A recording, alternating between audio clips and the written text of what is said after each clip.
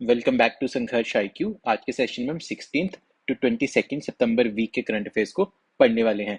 इस वीक का सबसे इंपॉर्टेंट करंट अफेयर है one nation one election. Union cabinet जिसको हेड किया है प्राइम मिनिस्टर मोदी ने अप्रूव की है recommendations of a high level committee जिसको हेड किया था रामनाथ कोविंद ने। फॉर्मर प्रेसिडेंट रामनाथ कोविंद ने एक कमेटी को हेड किया था टू होल्ड साइमल्टेनियस इलेक्शंस। अगर हम आज़ादी की बात करें तो आज़ादी के बाद इंडिया में 1951 से लेकर 1967 तक लोकसभा एंड स्टेट असेंबलीज के इलेक्शंस एक साथ ही होते थे। बट उसके बाद धीरे धीरे इसमें गैप पड़ा एंड एज ऑफ नाउ हर साल किसी ना किसी स्टेट में इलेक्शंस होते ही हैं। अब रामनाथ कोविंद लेड कमेटी ने गवर्नमेंट ऑफ इंडिया को रिकमेंड किया है to hold simultaneous elections. But इसमें कुछ ऑलमोस्ट 18 कॉन्स्टिट्यूशनल अमेंडमेंट्स भी करनी पड़ेगी, कॉन्स्टिट्यूशनल अमेंडमेंट्स करनी पड़ेगी और ऑपोजिशन को भी साथ लेके चलना पड़ेगा। Let us wait and watch for the final outcome. हमारा फर्स्ट MCQ भी इसी पे होने वाला है।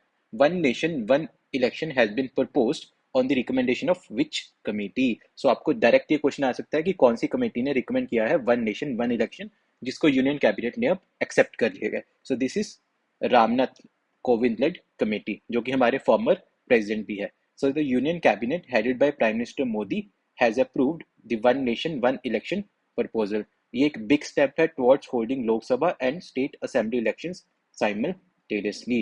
For this, a committee was formed under the chairmanship of former President Ramnath Kovind. Where will the Commonwealth Games 2026 be held? 2026 की Commonwealth games कहाँ होंगी? और ये होंगी ग्लासगो स्कॉटलैंड में। रिसेंटली ये डिसाइड हुआ कि 2026 की कॉमनवेल्थ गेम्स होगी ग्लासगो स्कॉटलैंड में। Earlier the Australian city of Victoria. इससे पहले ऑस्ट्रेलिया की एक सिटी है विक्टोरिया, ये वहां पे होने थे कॉमनवेल्थ गेम्स 2026 के, बट उन्होंने विड्रॉ कर लिया है ब्लेमिंग दी राइजिंग कॉस्ट। अब इसको ग्लासगो स्कॉटलैंड होस्ट करेगा। यहाँ पे एक चीज और याद रखनी है कि ग्लासगो ने 10 साल पहले भी कॉमनवेल्थ गेम्स को होल्ड किया था 2014 में। Which medal did Dhanush Loganathan of India win in the Junior World Weightlifting Championship 2024? Junior world weightlifting championship में धनुष लोकनाथन ने कौन सा मेडल जीता? इन्होंने जीता है ब्रॉन्ज। ये रहे Dhanush Lokanathan. In weightlifting India Dhanush Lokanathan won the bronze medal. कौन सी कैटेगरी में? Men's 55 kg event. और ये इवेंट कहाँ पे हुआ था? लियोन, स्पेन में। यहाँ पे 3 फैक्ट हमारे लिए इंपॉर्टेंट है। वेट लिफ्टिंग में ब्रॉन्ज मेडल 55 kg था और कहाँ हुआ था? लियोन, स्पेन में। और इंडिया की कंटिजेंट थी at the under 21 world championship, उसमें 3 मेन थे एंड 6 वुमेन थी। टोटल 9 लोग थे इंडियन कंटिजेंट में। Who was recently appointed as the new Director General of Narcotics Control Bureau? किनको अपॉइंट किया गया है as the new director general of narcotic control bureau, जिनको NCB भी कहा जाता है। ये अनुराग गर्ग को अपॉइंट किया गया है। अनुराग गर्ग इनको अपॉइंट किया गया है as the new director general of NCB, narcotics control bureau. इसी के साथ साथ हमें बाकी अपॉइंटमेंट्स का भी ध्यान रखना है। Senior IPS officer Amrit Mohan Prasad. Amrit Mohan Prasad को अपॉइंट किया गया है as the director general of Sashastra Seema बल, जिसे हम SSB भी बोलते हैं। ये दोनों अपॉइंटमेंट्स हमारे एग्जाम पॉइंट ऑफ व्यू से बहुत इंपॉर्टेंट है, हमें दोनों ही याद रखनी है। World ozone day is observed every year on. World ozone day कब ऑब्जर्व किया जाता है? ये ऑब्जर्व किया जाता है on 16th of September. World Ozone Day is celebrated every year on 16th September with the aim of raising awareness about the importance of protecting the stratospheric ozone layer. हमें ozone के बारे में भी थोड़े से फैक्ट पता होने चाहिए। ओजोन 2 तरह की होती है। एक तो होती है स्ट्रेटोस्फेरिक ओजोन, जो हमारी लेयर्स ऑफ एटमॉस्फेयर होती है। पहले ट्रोपोस्फेयर आती है, फिर स्ट्रेटोस्फेयर आती है। ये ओजोन लेयर स्ट्रेटोस्फेयर में होती है, जो कि सन की जो हार्मफुल UVB रेज होती है उससे हमें प्रोटेक्ट करती है। सन की हार्मफुल UVB रेज को ये अब्जॉर्व कर लेती है और हमें प्रोटेक्ट करती है। और दूसरी होती है सरफेस ओजोन, जो ग्राउंड लेवल पे होती है। ये ग्राउंड पे ओजोन होती है, ये होती है स्ट्रेटोस्फेरिक ओजोन। जो ग्राउंड वाली ओजोन है ये एक हार्मफुल एयर पोल्यूटेंट होता है। फर्स्ट इज स्ट्रेटोस्फेरिक ओजोन, जिसे हम गुड ओजोन भी कहते हैं, जो सन की हार्मफुल UVB रेस को एब्जॉर्ब कर लेता है। And second is ground ozone, जो ग्राउंड पे होती है, ये बैड ओजोन होती है और ये एक एयर पोल्यूटेंट है। सो इतना तो हमें पता ही होना चाहिए। This day commemorates the signing off Montreal protocol on substances that deplete the ozone layer in 1987। सो 1987 में इसी दिन मॉन्ट्रियल प्रोटोकॉल साइन हुआ था on substances that deplete the ozone layer. तो ऐसे कौन से सब्सटेंसेस है, जैसे कि क्लोरोफ्लोरोकार्बन्स, हाइड्रो क्लोरोफ्लोरोकार्बन, जो कि रेफ्रिजरेटर एयर कंडीशनर्स में होती है। सो ये जो गैसेस है ये ओजोन लेयर को डिप्लीट करती हैं। In the year 1994 the United Nations announce the celebration of this day. तो हमें सारे फैक्ट याद रखने हैं। वर्ल्ड ओजोन डे कब ऑब्जर्व किया जाता है? 16 को। उसी दिन मॉन्ट्रियल प्रोटोकॉल साइन हुआ था। ओजोन दो तरह की होती है, stratospheric ozone and ground ozone. Stratospheric ozone को गुड ओजोन कहा जाता है, ग्राउंड ओजोन को बैड ओजोन कहा जाता है। In which state was the country's first Vande metro inaugurated? So country की पहली वंदे मेट्रो कहाँ इनोग्रेट हुई है? और ये इनोग्रेट हुई है गुजरात में बाय प्राइम मिनिस्टर मोदी, और इसको रीनेम किया गया है एस नमो भारत रैपिड रेल। नमो भारत रैपिड रेल। अगर हम वंदे मेट्रो की बात करें तो ये एक इंटरसिटी रेल नेटवर्क है। इंटरसिटी रेल नेटवर्क है जो कि 100 से 250 किलोमीटर तक के एरिया को केटर करेगा। सो वंदे मेट्रो एक इंटरसिटी रेल नेटवर्क है जो कि 100 से 250 किलोमीटर तक सिटीज को केटर करता है, और इसको रीनेम किया गया है नमो Bharat rapid rail. So prime minister ने वर्चुअली इसको स्टार्ट किया है between Bhuj and Ahmedabad.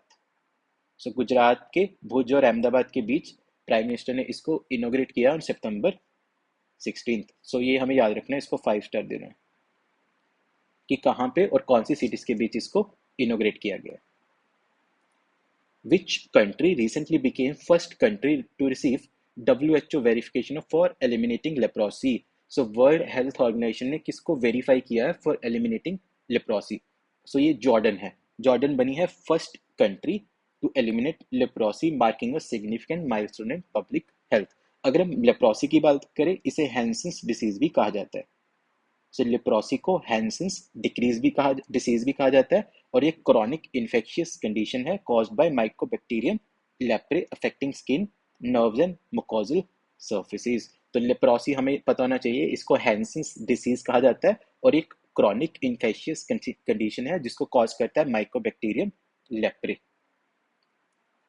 Which state recently clinched the 14th hockey India junior mains national championship 2024? तो 14th hockey India junior main national championship, इसको किसने जीता है? इसको जीता है पंजाब ने।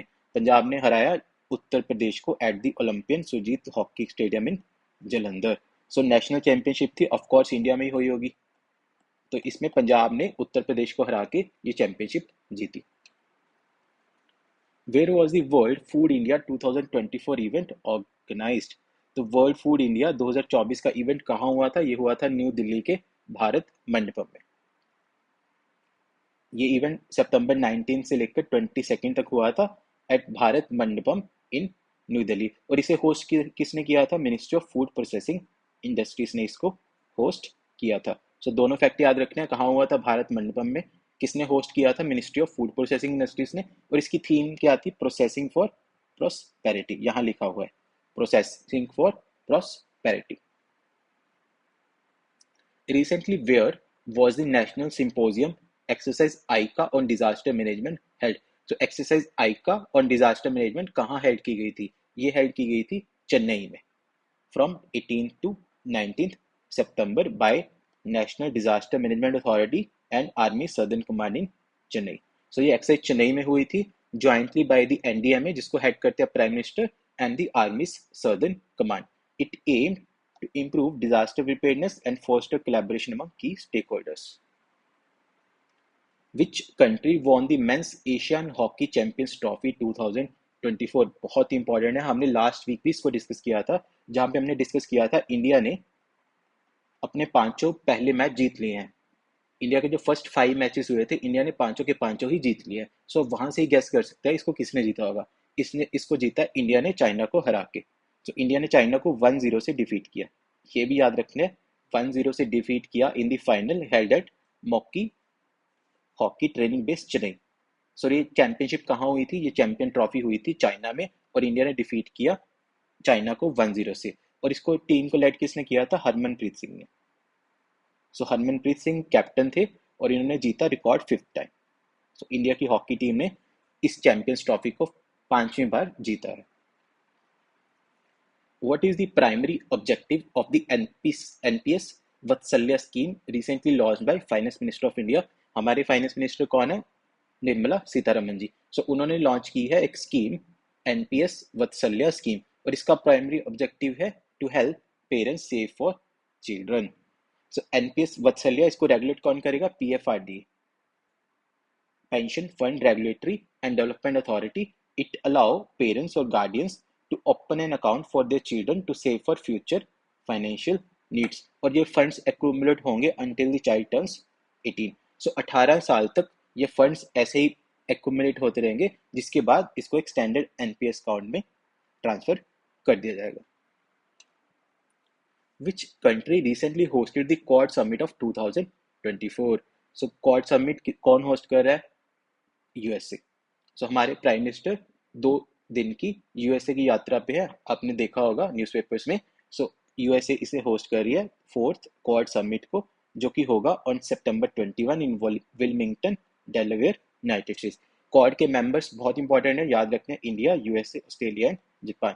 ऑस्ट्रेलिया के प्राइम मिनिस्टर, इंडिया के प्राइम मिनिस्टर, यूएसए के प्रेसिडेंट एंड जापान के प्राइम मिनिस्टर। तो ये चारों कंट्रीज हमें याद रखनी है, क्वाड कंट्रीज, जिसको क्वाड्रिलेटरल डायलॉग भी कहा जाता है। So that is it for this weekly current affairs session. Please like, share, subscribe and comment your feedback. Thank you. Jai Hind, Jai Bharat.